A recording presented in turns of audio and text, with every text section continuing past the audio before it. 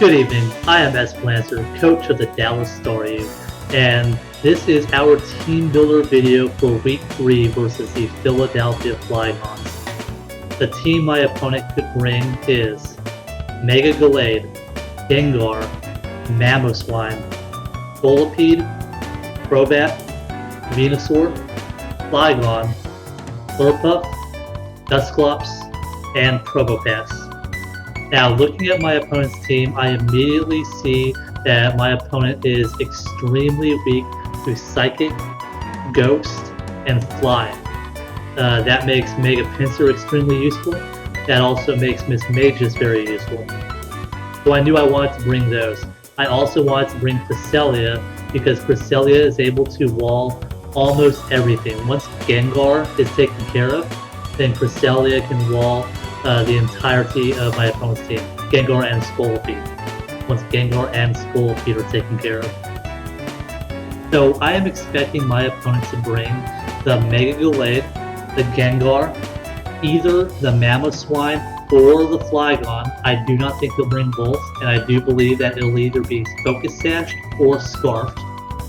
I do not think he's going to bring the Crobat or the Venusaur. However, I do expect to see the Dusclops and the Probopass. Dusclops and Probopass are very underrated threats.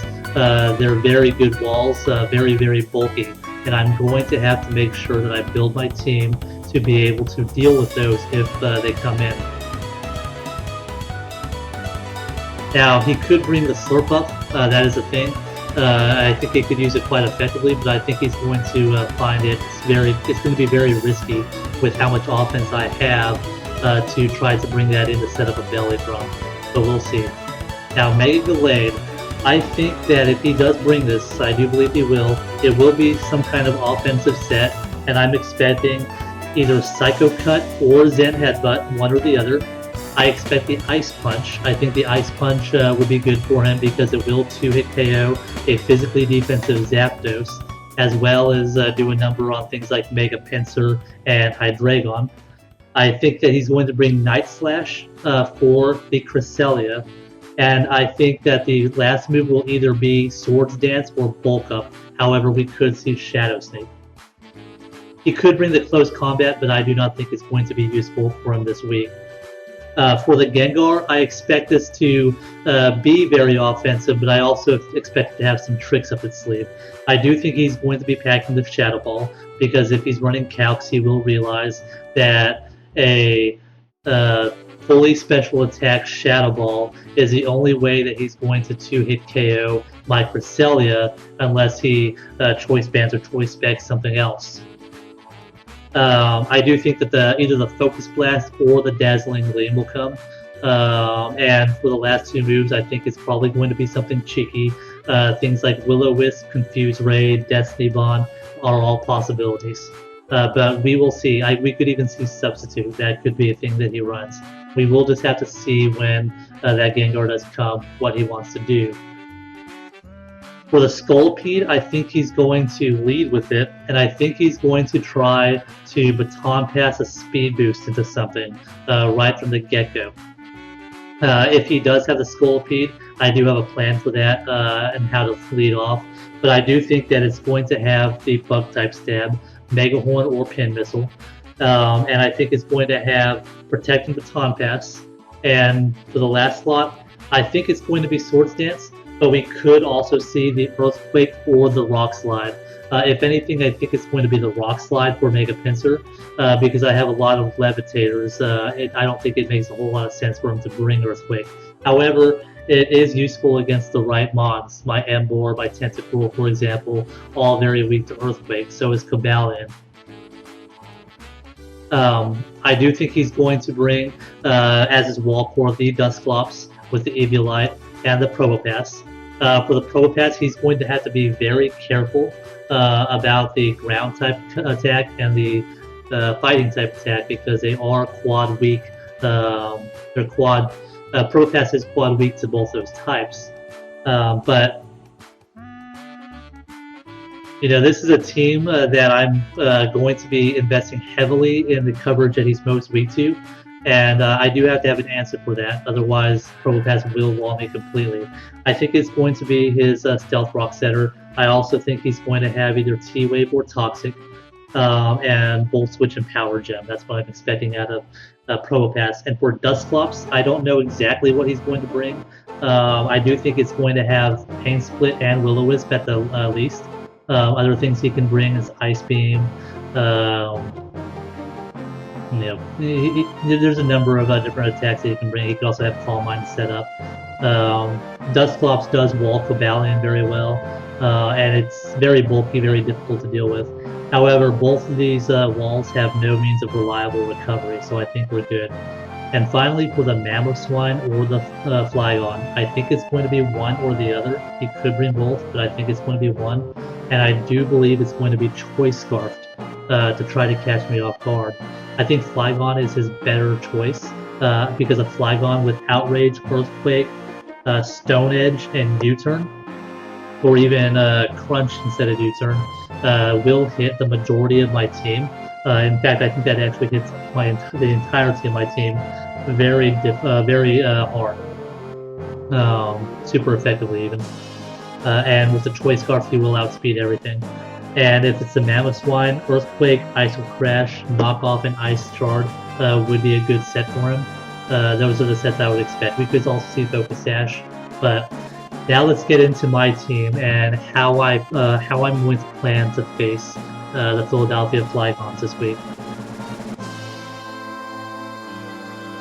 Alright, I know Cresselia here is at the front of the pack, but I actually want to start with Emboar, because like I said, I do expect Scolipede to come in, and I think he's going to lead with the Scolipede. So if I do see the Scolipede, I am going to open with Emboar. Now I know Earthquake is a thing, however Earthquake with my set will only do about 70% damage.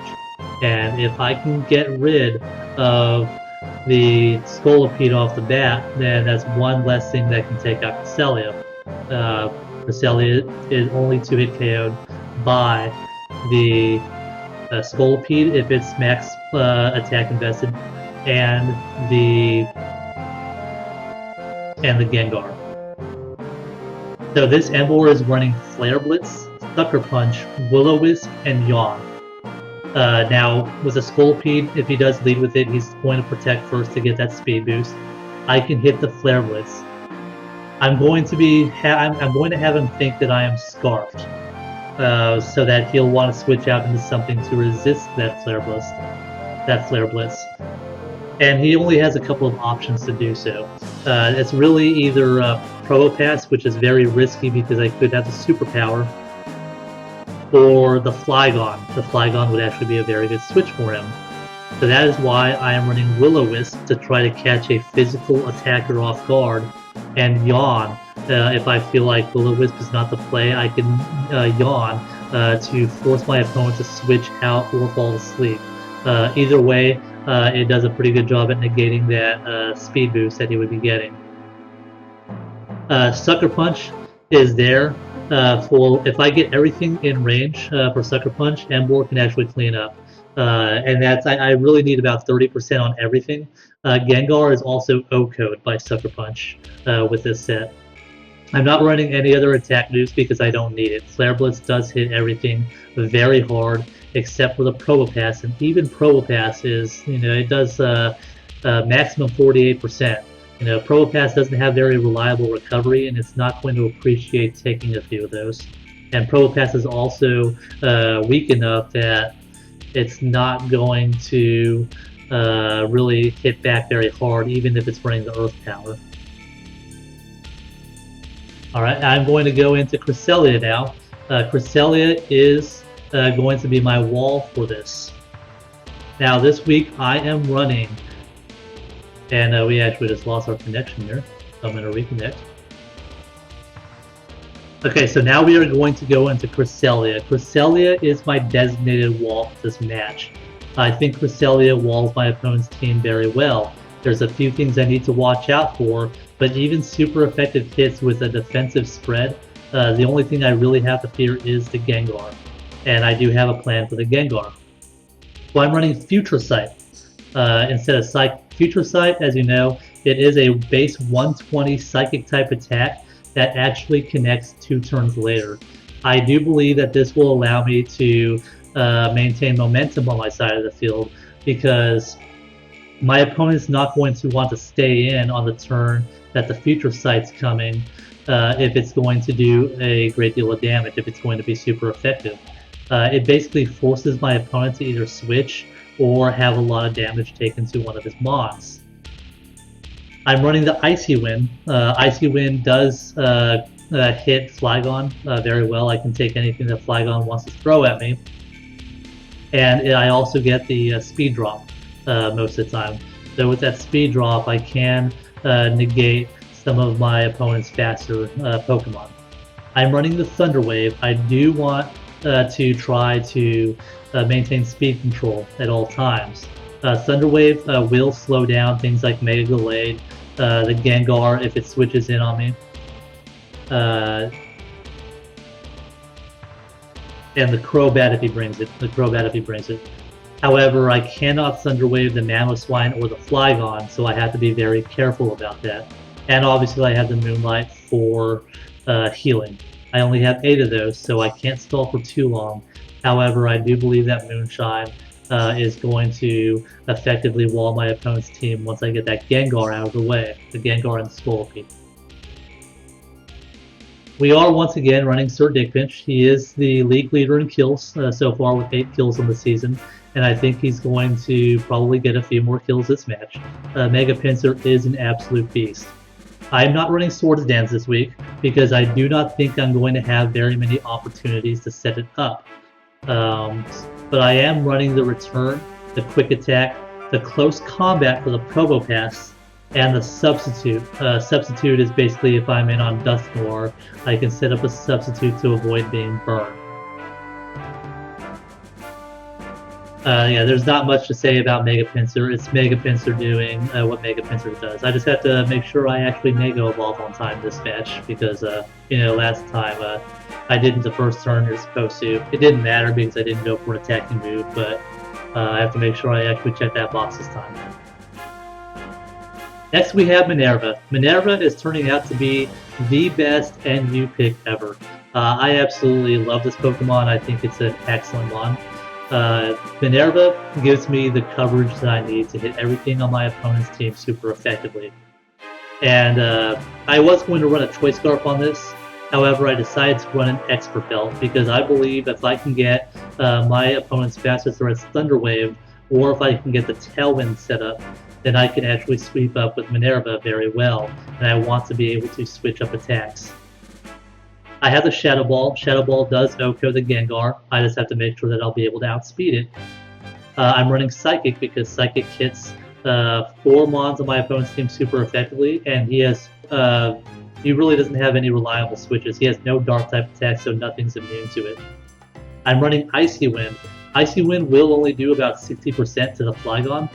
However, and that's if the Flygon is max HP, which I expect it to be if it's running the Choice Scarf because, it's not going to need speed investment to outspeed my non-Scarf Mons.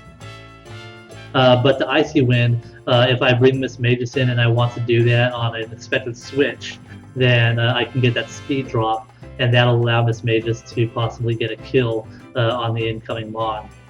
And I have Hidden Power Fighting. I was actually going to run Substitute. However, I noticed that with this set, I really don't have anything for Probopass. Probopass can easily switch in with impunity on my Miss Magus. So I brought the Hidden Power Fighting for that. Hidden Power Fighting also hits the Mamoswine very hard if Mamoswine decides it wants to switch in. Granted, it's kind of risky for him because, I can pack the Mystical Fire, but with Thick Fat it might not be so bad. And if it has the Assault Vest too, it might not be so bad. So I do have the Hidden Power Fighting for that. I do think that Minerva is probably going to get at least 2 kills this match. I hope so. I'm running Timid Nature. And the reason I was going to run Modest, but the reason is I do want to outspeed the Flygon if it is not Scarfed. So I'm running Timid instead of Modest. Zeppelin, I am running a bulky offensive set. Max HP, or 248 because I want the odd number for stealth rocks. 252 special attack, and a modest nature. Now, certain things are going to outspeed me, but I'm okay with that because I do have the tailwind on this set, and if I can set up the tailwind, I will outspeed everything on my opponent's team. I'm running discharge to try to paralyze a few things, also for stab, and I'm running extra sensory for the super effective damage that it does to a lot of my opponent's mons. I have Roost for recovery, and then the Tailwind. It is Life Orb. I do want to be able to hit very hard with the Zapdos. So we'll see if Zeppelin can actually get a few kills, or set up the Tailwind so that someone else can get a few kills. I do think that Zeppelin is going to be instrumental to winning this week. And finally, we have Blue Musketeer. I was going to run a fully defensive set, but when I looked at my other mons looking for a Scarper, I did already decide I did not want Miss Magus to be Scarped, and I did want to have a Scarper as a contingency plan. And I do think that Cobalion actually makes a very good Scarper this week. I'm running Close Combat. Close Combat is mostly for Probopass. I do need to have a couple of options for that so that it does not wall my team. I'm running Ironhead. If Slurpuff does come and is able to get a Belly Drum with the Choice Scarf, I will be able to outspeed that Slurpuff and get it into range where I can finish it off with a quick attack if it doesn't already have prior damage. Which actually, if it's Belly Drums, I take that back. If it does Belly Drum, it will be within range to most likely die to Ironhead. I'm running Zen Headbutt because, like I said, Psychic is the name of the game this week. Psychic does hit all these poison types very hard. And I'm running Thunder Wave. If it comes down to it, I can actually outspeed and Thunder Wave some of my opponent's mons. If I feel that Cobalion can't kill a certain mon, but someone else can on my team, I can Thunder Wave, like the Mega Gallade, for example. I don't really have a whole lot for Mega Gallade with this, but I do have other answers to it, and I could potentially Thunder Wave the Mega Gallade with my Cobalion to allow one of my other mons to come in.